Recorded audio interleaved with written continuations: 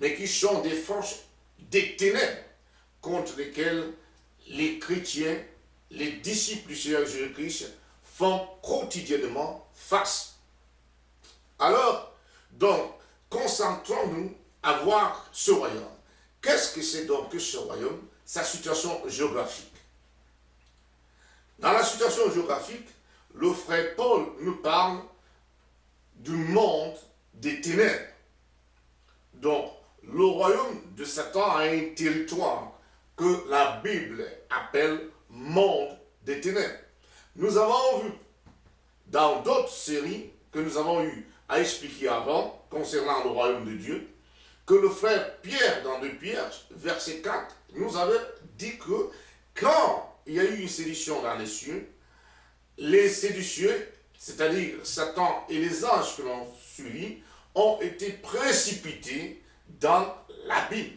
Donc, le royaume de Satan a été fondé, a eu un territoire à partir du moment où il a été chassé des cieux. Il est donc venu occuper l'abîme qui à ce moment était les eaux. Et la Bible caractérise ce territoire comme le monde des ténèbres. Il est donc constitué de l'espace qui se trouve entre la terre et les eaux qui sont dans les cieux, que la Bible appelle ciel. C'est là où il y a l'un des espaces qui constitue le territoire du royaume de Lucifer. Il y a un autre territoire que Lucifer occupe, c'est des eaux. Lucifer occupe également des eaux. Aussi, un autre territoire, c'est la terre ferme. Lucifer a étendu aussi sa domination sur la terre ferme. Il y a aussi les lieux plus bas que la mer.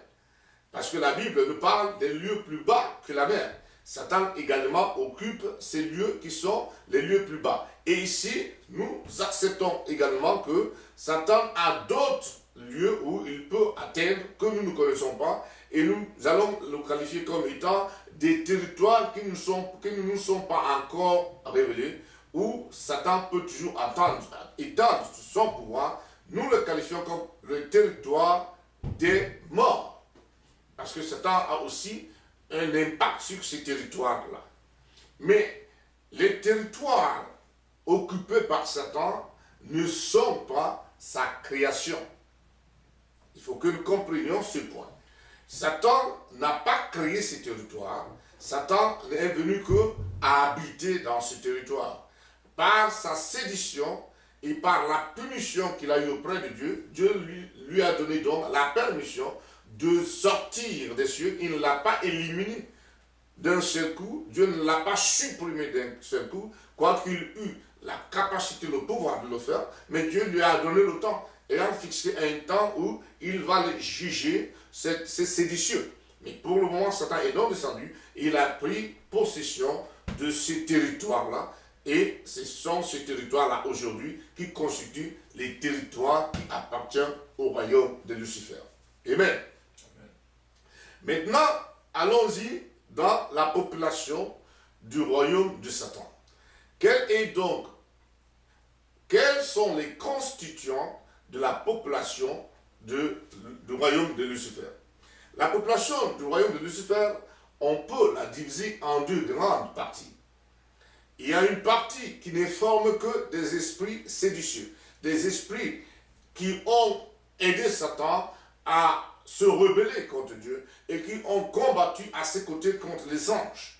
Ce sont des esprits qu'on appelle également les démons. Selon certaines définitions de certains dictionnaires, un démon, c'est un esprit qui s'est rébellé contre Dieu et qui s'est rallié à Satan. Donc, on les appelle aussi démons ou on appelle les esprits mauvais. Et une autre partie, une autre catégorie de la population de Lucifer est formée des hommes. Les hommes également qui sont ralliés à Satan et qui ont suivi la rébellion de Satan et qui ont désobéi Dieu, qui aujourd'hui sont absolument soumis à Satan. Il faut que nous n'arrêtions que pas pour voir comment est-ce que l'homme peut être soumis à Satan. L'homme, quand il se rebelle contre Dieu, il est directement pris par Satan. C'est de cette façon que Satan donc engage ces négociations au Père des hommes les poussent à pécher contre Dieu afin de le récupérer dans son royaume. Et en ce temps, ils deviennent des hommes qui suivent la règle, la loi et la morale de Satan. Troisième point. Parlons des langues. Quelle langue parle-t-on dans le royaume de Lucifer? Dans le royaume de Lucifer, nous connaissons que les esprits mauvais parlent plusieurs langues. Ils parlent d'abord les langues des hommes et ils parlent encore d'autres langues que les hommes ne connaissent pas. Là, nous n'aurons pas beaucoup de choses à dire là-dessus. Nous savons seulement que les esprits mauvais parlent de toutes les langues des hommes et aussi ils parlent leur langue. Donc les hommes qui forment la population qui est sous le contrôle de Satan, la population du royaume de Satan, parlent aussi différentes langues. Donc ces hommes, nous pouvons en tant qu'hommes les comprendre, les entendre. Mais la langue des esprits mauvais, on ne peut entendre ces langues si les esprits mauvais possèdent les hommes, c'est-à-dire ils entrent dans les hommes. C'est ce que nous allons voir d'ici peu du temps. Bon, maintenant revenons dans son histoire. L'histoire, nous allons seulement nous récapituler. Le royaume de Satan, quand est-ce qu'il a eu lieu? À quelle époque? À quel moment? Peut-on connaître la date précise où ce royaume s'est constitué? Est-ce que Dieu était-il présent ou Dieu n'était-il pas présent? Il y a beaucoup de gens qui se posent ces questions. Les gens ont souvent des confusions à ce niveau-là. Le diable n'étant pas créateur, donc ne peut pas créer quelque chose. C'est quand il s'est rebellé dans les cieux, quand il a mené une bataille contre Dieu, en voulant être adoré également comme Dieu, à ce moment-là où les anges de Dieu, l'ange Michael et l'ange Gabriel, avec tous les autres anges, les ont précipités des cieux, c'est à ce temps-là où il a chuté. C'est sa prison qui constitue son royaume. Et c'est à partir de ce moment que commence donc l'histoire du règne de Satan sur les autres êtres, qu'ils soient êtres humains ou êtres spirites, auxquels il donne les ordres et qui lui sont soumis. C'est à ce moment-là que le royaume de Satan commence. À quelle date précisément? Nous ne pouvons pas connaître une date. La Bible ne nous donne pas une date à quel moment, mais la Bible nous parle de Satan qui vient séduire l'homme, Ève et Adam dans le jardin d'Éden. Donc, dans les premiers jours de leur création, nous pouvons déduire, nous pouvons conclure de manière rationnelle, raisonnable et logique que Satan s'est rébellé contre Dieu avant la création d'Adam. Parce que Satan était dans l'abîme. Donc il habitait des eaux, et il habitait des eaux parce que ce que la Bible dit, avant que Dieu ne sépare ces eaux en deux parties et qu'il ne créa qu'il ne créa le ciel, ce que la Bible appelle l'étendue. Donc le commencement du royaume de Satan, nous le connaissons, au moment où il se révèle contre Dieu et qu'il soit chassé, là, il commence son règne. Sur qui règne-t-il? Sur sa population qu'il a suivie, la population qu'il a ralliée.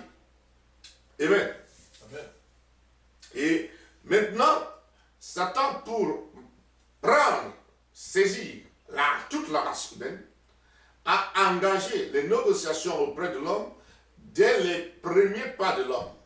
Quand il n'y avait que deux êtres sur la terre, c'est-à-dire Ève et Adam, parce qu'il voulait aussi conquérir le monde nouveau que Dieu venait de créer pour l'homme, c'est-à-dire cette terre. Satan voulait également conquérir l'homme pour que l'homme lui soit soumis, que l'homme ne soit pas soumis à l'Éternel. Et c'est ainsi que dans le livre de Genèse, dans ce chapitre 3, nous voyons comment il vient avec la ruse pour pouvoir proposer à Ève et à Adam comment il était possible pour eux de vivre éternellement. Il est donc venu avec cette ruse et malheureusement, Ève et Adam l'ont suivi, ont écouté et il les a absolument capturés.